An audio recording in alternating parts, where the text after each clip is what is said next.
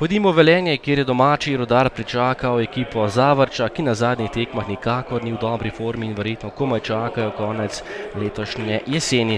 Velenjčani pa so v tem drugem delu prvega dela prvenstva igrali bolje in dosegli nekaj lepih zmag. Tole je že prva akcija v 5. minuti. Antolek je streljal, ampak Rozman je žogo izbil v kot.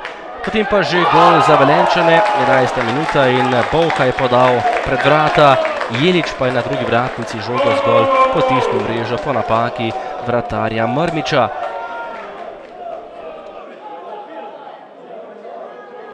Trinajsta minuta, nova kombinacija za nogometaše Velenja, to je bil kot, podal je Trifkovič, na pravem mestu pa je bil Dalibor Radujko, ki je povišal prednost Velenjčanov na 2:0.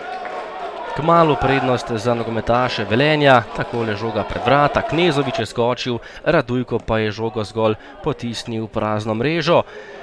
Nova kombinacija za Zavrč, vratnica se je stresla po strelu Datkoviča in še enkrat nogometaši Zavrča, Kelenc pa v prostem strelu, potem pa mimo gola še Čeh. Po dobre pol ure igre pa vnovičen zadetek za nogometaše Rudarja. Še ena odbita žoga, še enkrat predložek Trifkoviča, najprej streljal Firer, Džinič pa je žogo poslal mrežo in povišal na visokih 3:0. Nogometaši Zavrča so imeli svoje priložnosti, ampak žoga nikakor ni hotela mrežo. Tole je bil še en strel Kresingerja, dobra obramba Rozmana in potem nova kombinacija za Velenjčane. Babič je podal pred vrata, kjer je bil na pravem mestu Firer in povišal na 4:0. Lepo preigravanje, lepa finta Ivana Firerja, ki se je dobro znašel in premagal Mrmiča še četrtič v tem prvem polčasu. Ampak golov še ni bilo konec v prvem delu in še en je padel v mrežo Zavrča.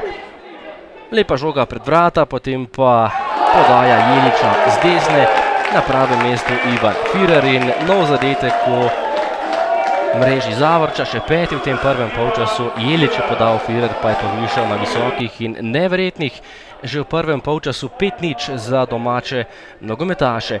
Drugi del, najprej priložnost za Velenjčane, Klinar je streljal in takole je ukradel žogo obrambi Zavrča in povišal na 6:0. Obetala se je še ena katastrofa nogometašem Zavrča, tokrat so pozabili na Klinarja, ki je povišal prednost. No, potem pa tudi častni gol za gostujoče nogometaše, to je uspelo po hitrem protinapadu in izjemnem lobu Kelenca, ki je takole zabil za 6:1. Nova akcija za nogometaše Zavrča, tokrat je prodrl Dino Kresinger, lepa samostojna akcija, podaja potem na drugo vratnico, kjer ni bilo težko zadeti še Antoleku. Podaja Kresinger, Antolek pa je znižal na 6:2.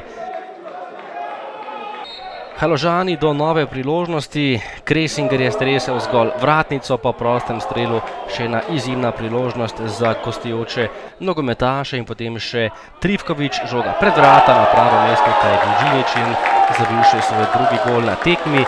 Skupno 7. v mrežo Zavrča, to je bila prava katastrofa za gostujoče nogometaše in velika lepa zmaga, tokrat za domače.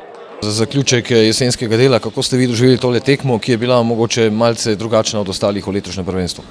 Najprej hvala za čestitke. Moram reči, da smo si želeli to zmago.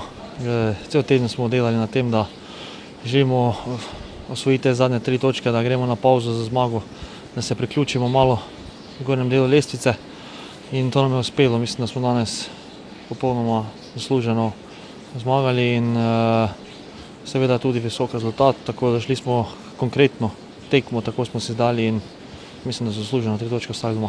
Katastrofalnim porazom z 2:7, kako ste vi doživeli tole tekmo s klopi? Ja, težko sem jo doživel, kajti doživeli smo en debakl. Tisti zadnjih 5 zadnjih krogov mi nismo pravi, padli smo v formi, nimamo več tisto atmosferu, kakšno smo imeli na začetku prvenstva.